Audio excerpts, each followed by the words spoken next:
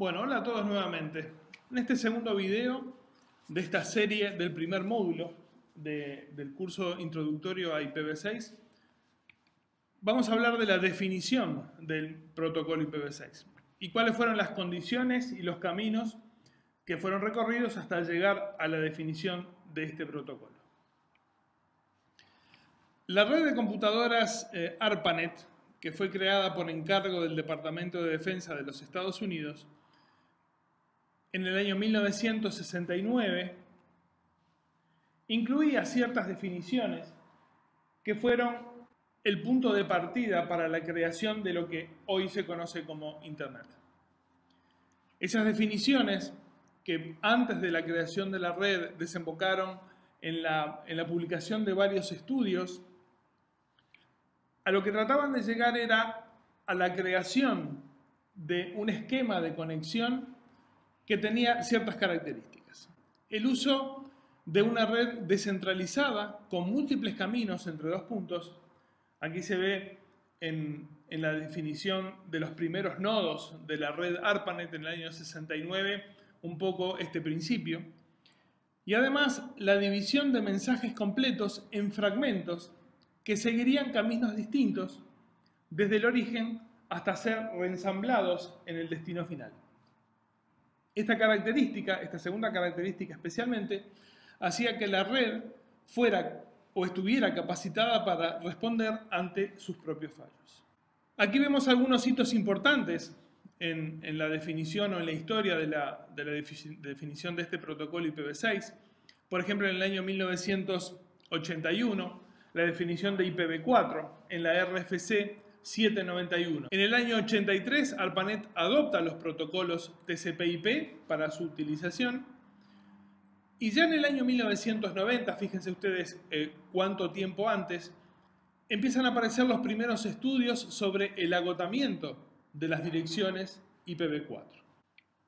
En el año 90 había 313.000 ordenadores conectados a la red y los estudios apuntaban en ese momento a un posible colapso debido a la falta de direcciones. Otros problemas también se hicieron evidentes cuando la Internet fue evolucionando con el incremento de las entradas en las tablas de ruteo.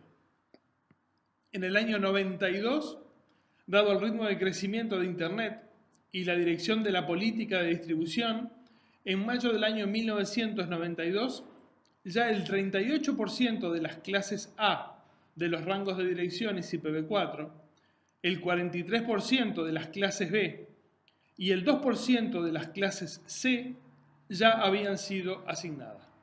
Y en el año 92, en ese momento, la red ya tenía 1.130.000 hosts conectados. En el año 93, con la creación del protocolo HTTP y la liberación por el gobierno de los Estados Unidos a la Internet comercial, hubo un salto aún más importante en la tasa de crecimiento de la red, que pasó de 2 millones de hosts en el año 1993 a más de 26 millones de hosts en el año 1997.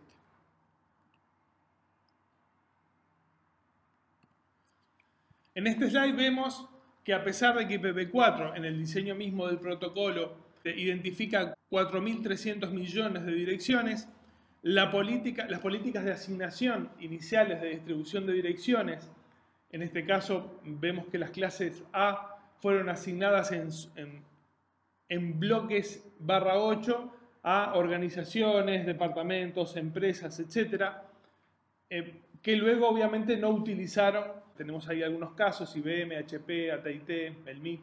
Esto hizo las malas prácticas de asignación inicial de los bloques /8 y otras características, como por ejemplo una cantidad enorme de direcciones reservadas para futuro uso que nunca se utilizaron, hace que el proceso de agotamiento desde ya muy temprano empiece a notarse y se empiecen a pensar en mecanismos que nos permitan seguir trabajando con la red ante un panorama de escasez de direccionamiento IPv4.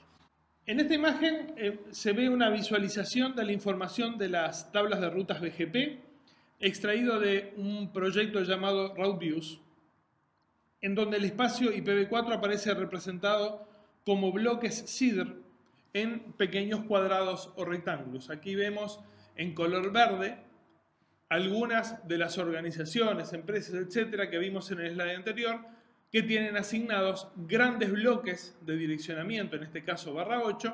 Pueden apreciar que por la poca coloración dentro de esos rectángulos verdes, las pocas rutas o el poco espacio de esos /8 que está siendo anunciado incluso actualmente. ¿Cuáles fueron las posibles soluciones que trataron de encontrarse desde que empezaron a aparecer los primeros estudios de agotamiento?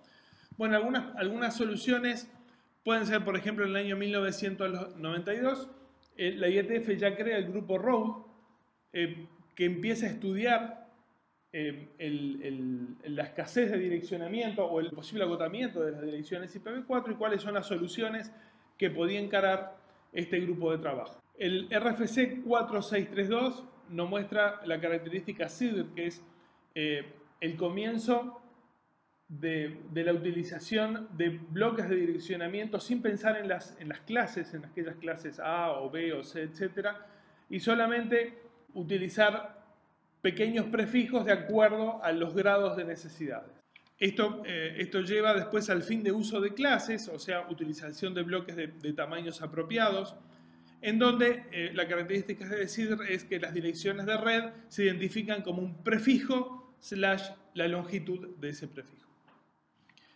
Agregación de rutas, este es un problema que aparece con el tema del agotamiento, que es el crecimiento del tamaño de las tablas de rutas. Hay algunas soluciones que aparecen como el DHCP, o sea, reutilización de aquellas direcciones que no están siendo asignadas a un dispositivo en determinado momento.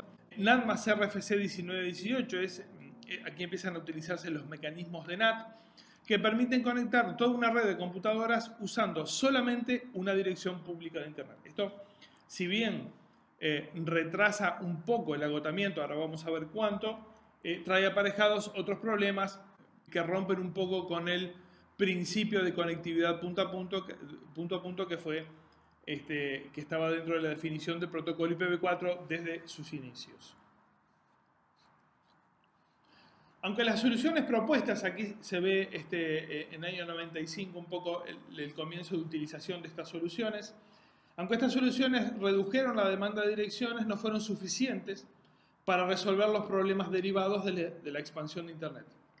La adopción de las técnicas redujo solamente en un 14% las solicitudes de direcciones a la IANA, pero la curva de crecimiento de Internet siguió mostrando un crecimiento exponencial.